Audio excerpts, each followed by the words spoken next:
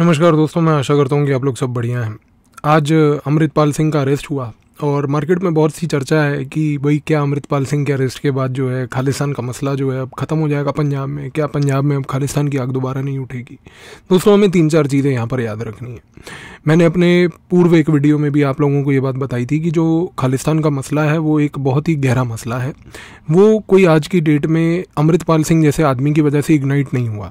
देखिए, अमृतपाल का अरेस्ट होना का मतलब ये नहीं है कि पंजाब से खालिस्तान का मूवमेंट या खालिस्तान को लेके जो पंजाब की सोसाइटी में जो अभी भी डिसइंचेंटमेंट है लोगों का वो ख़त्म होगा। उसके कई कारण हैं। सबसे पहला कारण है कि जैसे मैंने आपको पहले भी बताया कि आज की डेट में पंजाब में एक वॉइड है, और ये जो वॉइड है आज की डेट का एक अकाली दल के डिक्लाइन से, ये डिक्लाइन अकाली दल का अभी भी कहीं पर भी रिवाइव होता हुआ नहीं दिख रहा है। अकाली दल अपनी तरफ से कोशिशें बहुत कर चुकी है, लेकिन उसके बावजूद भी कहीं ना कहीं लोगों ने उसको नकारा है। और लोगों के नकारने की वजह से जब तक अकाली दल का एक डिक्लाइन रहेगा तब तक जो सिख पंथिक वोटर्स हैं और जो पंजाब की एक बहुत ही महत्वपूर्ण सिख पॉपुलेशन है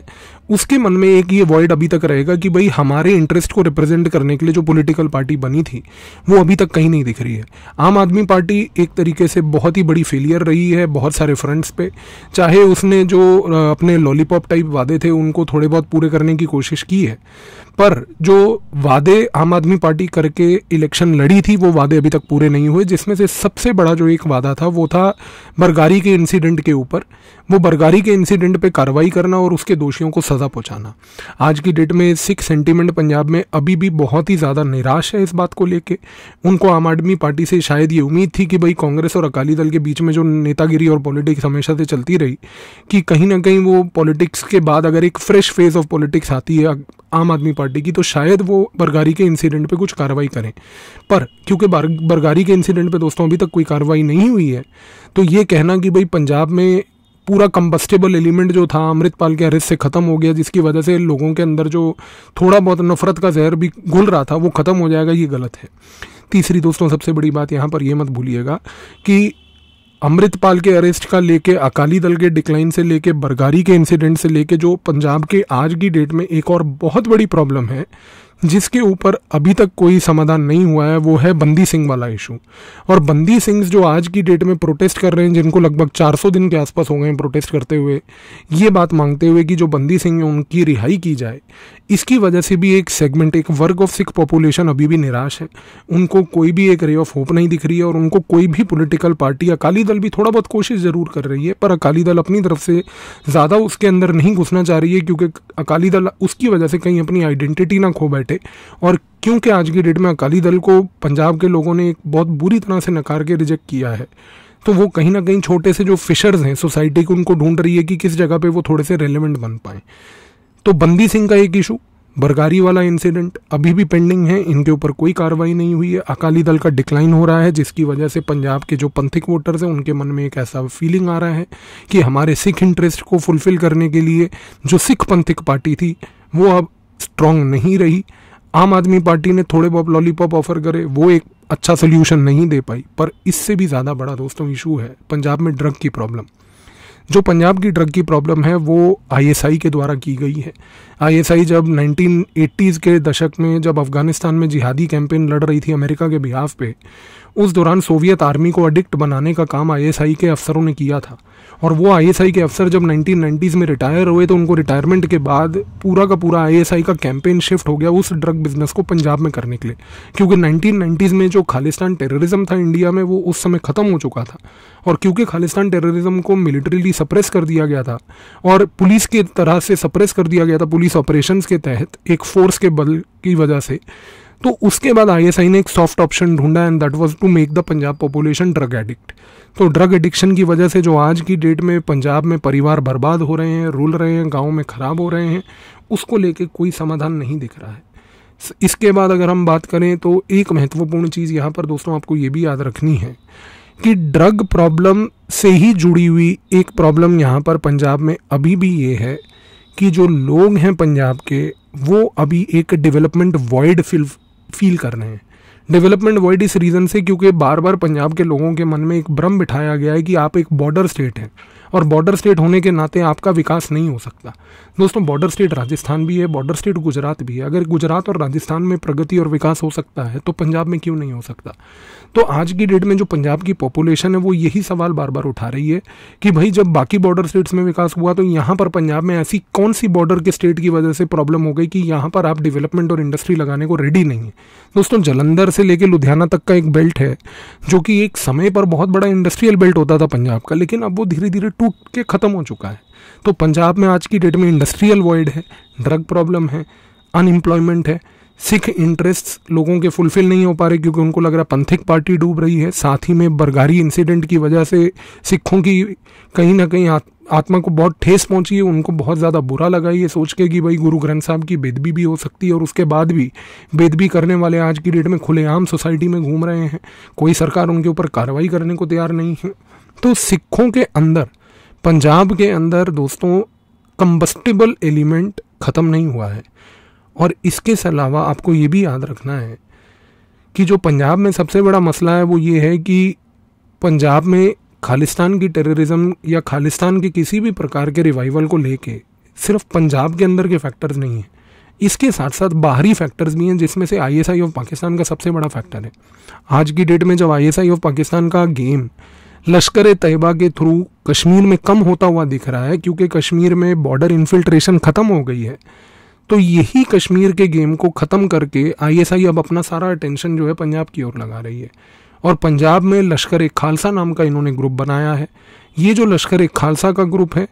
इस ग्रुप के तहत पंजाब के अंदर एक प्रोपोगेंडा कैंपेन, पंजाब के जो ये इग्नाइटेबल एलिमेंट्स हैं इनको बार बार लोगों तक पहुंचाना, उसी चीज़ को बार बार सोशल मीडिया के थ्रू बढ़ावा देना, इस चीज़ को टैकल करने के लिए आज की डेट में भारत को और ख़ास करके पंजाब सरकार को एक काउंटर हाइब्रिड वॉर की स्ट्रैटेजी बनाना बहुत ज़रूरी है। अगर हम काउंटर हाइब्रिड वॉर की स्ट्रैटेजी नहीं बना पाए तो दोस्तों भूलिएगा मत कि ये जितना भी ISI के तहत प्रोपोगंडा होता है, जो कि आज की डेट में ISI पाकिस्तान की एक लो कॉस्ट ऑप्शन के तहत इसको एक्सप्लोर करती है, क्योंकि पाकिस्तान को ये बात पता है कि मेरे लिए भारत के साथ डायरेक्टली एक मिलिट्री की लड़ाई लड़ना बहुत कठिन है क्योंकि मैं उसमें बहुत बुरी तरह से पिटूंगा। पाकिस्तान को ये बात भी पता है कि भाई मेरे साथ भारत की ओर अगर मुझे कोई आतंकवादी भी भेजना है तो मेरे लिए वो आतंकवादी भेजना भी बड़ा कठिन है, क्योंकि अगर मैं आतंकवादी भेजूंगा तो उसके लिए कॉस्ट इन्वॉल्व होता है। लेकिन दोस्तों, यहीं पर पाकिस्तान की मदद करने वाला चाइना है, और जो ये चाइना है आज की डेट में पाकिस्तान को ऐसी लो कॉस्ट टेक्नोलॉजीज दे रहा है प्रोपोगेंडा करने की, जिसको पाकिस्तान को बोल रहा है कि आप भारत पे प्रयोग कीजिए। और इसका भारत का जो प्रयोग होगा दोस्तों, जैसा मैंने आपको बताया लश्कर ए खालसा वाला, तो जो लश्कर ए खालसा आज की डेट में बैठी है लाहौर में पाकिस्तान में, इस्लामाबाद में पाकिस्तान में, कराची पाकिस्तान में, वो वहाँ से जो प्रोपोगेंडा का वॉर चला रही है, वो वहाँ से जो सोशल मीडिया पे सिखों को इग्नाइट करने की कोशिश कर रही है, आप समझने की कोशिश कीजिए कि ये लो कॉस्ट ऑप्शन पाकिस्तान आज की डेट में चाइना के बिहाफ पे कर रहा है। और क्योंकि ये चाइना के बिहाफ पे कर रहा है, चाइना पाकिस्तान को एक लेबोरेटरी बना के प्रयोग कर रहा है। और अगर चाइना इस कार्य में सक्सेसफुल रहा तो भूलिएगा मत, चाइना का अल्टीमेट ऑब्जेक्टिव है कल को रशिया के साथ हाथ मिलाकर इन्हीं टेक्नोलॉजीज का प्रयोग करके एक asymmetrical low cost war America के ऊपर वेज करना। और अमेरिका की सोसाइटी में फिशर्स उसी प्रकार के हैं जो फिशर्स आज की डेट में हमारे पंजाब की सोसाइटी में हैं। वहाँ पर अगर ब्लैक वाइट्स का मसला है, रेशियल डिस्क्रिमिनेशन का मसला है, गरीबी का मसला है, तो आज की डेट में चाइना ये लो कॉस्ट ऑप्शंस पाकिस्तान में टेस्ट कर रही है। तो दोस्तों याद रखिए कि अमृतपाल सिंह एक बहुत छोटी सी चीज़ है इस पूरे डिबेट में। भारत के लिए जो सबसे बड़ी लर्निंग है आज की डेट में, क्योंकि अब हमने अमृतपाल को अरेस्ट कर लिया है, तो अरेस्ट करके हमें उससे इंटेरोगेट करके ये जानने की कोशिश करनी है कि अमृतपाल को जो ये सोशल मीडिया सेंसेशन बनाया, ये जो वारिस पंजाब दे को सडनली एक सोशल मीडिया पे इतना प्रोमिनेंस पूरे पंजाब में मिला, इसके पीछे के डायनेमिक्स क्या थे, इसमें पाकिस्तान का क्या रोल रहा, हमें ये जानना ज़रूरी है आज की डेट में इंटेरोगेट करके। क्योंकि मैंने आपको बताया दोस्तों कि हमारे यहाँ पर पंजाब में कंबस्टिबल एलिमेंट्स अभी भी प्रेजेंट हैं। अभी भी बरगारी के दोषियों को सज़ा नहीं मिली है, अकाली दल का डिक्लाइन हो रहा है, बंदी सिंह वाला इशू अभी भी जारी है, इसके साथ साथ ड्रग प्रॉब्लम अभी भी है, अनएम्प्लॉयमेंट भी अभी भी है, साथ में पंजाब बॉर्डर स्टेट नैरेटिव चल रहा है। तो कहीं ना कहीं लोग परेशान हैं,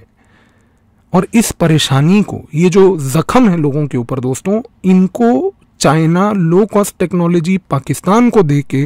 प्रोपोगेंडा वॉर जो करवा रहा है, हाइब्रिड वॉर जिसको हम लोग एक सिक्योरिटी लैंग्वेज में बोलते हैं, वो करवा रहा है, इस हाइब्रिड वॉर को रोकने के लिए इंडिया को काउंटर स्ट्रैटेजी बनानी पड़ेगी। क्योंकि दोस्तों ये मत भूलिएगा कि भारत में खालिस्तान के इशू के नाम पे प्रोपोगेंडा करवाने में चाइना का बहुत बड़ा हाथ है। क्योंकि चाइना चाहेगा कि भारत का फजूल का खर्चा पंजाब जैसे स्टेट में, कश्मीर जैसे स्टेट में, अरुणाचल जैसे स्टेट में होता रहे, ताकि इन 3 राज्यों में कोई विकास कार्य ना हो पाए, और भारत की सेना और उसके जो फोर्सेज हैं वो सिर्फ इन्हीं स्टेट्स में सिक्योरिटी को टैकल करने के लिए लगे रहें, ताकि भारत के पास उसका वेस्टफुल एक्सपेंडिचर बढ़ता रहे और भारत चाइना को कभी कम्पीट ना कर पाए। तो अमृतपाल सिंह को मैं जैसा आपके सामने पेश कर रहा हूँ, उसको एक चाइना के पर्सपेक्टिव से सोच के देखिए कि चाइना का जो पूरा गेम था, चाइना अमृतपाल को किस तरीके से आज की डेट में पाकिस्तान के थ्रू एक फ्रंट बनाकर प्रयोग कर रही है भारत में एक लेबोरेटरी के तहत। आज अमृतपाल की अरेस्ट के बाद भारत की एजेंसियों को अमृतपाल के इस मॉडल को समझना है और इस मॉडल को तोड़ना है। तो आई होप दोस्तों आज के इस छोटे से वीडियो से आपको अमृतपाल सिंह को देखने का एक अलग नज़रिया मिला होगा। थोड़ा सा इस नज़रिए पे गौर करिएगा, और ख़ास करके जो यूपीएससी के एस्पिरेंट्स हैं उनके लिए और भी थोड़ा सा थॉट प्रोवोकिंग ये चीज़ है, the China angle and the asymmetry in the hybrid war. Thank you.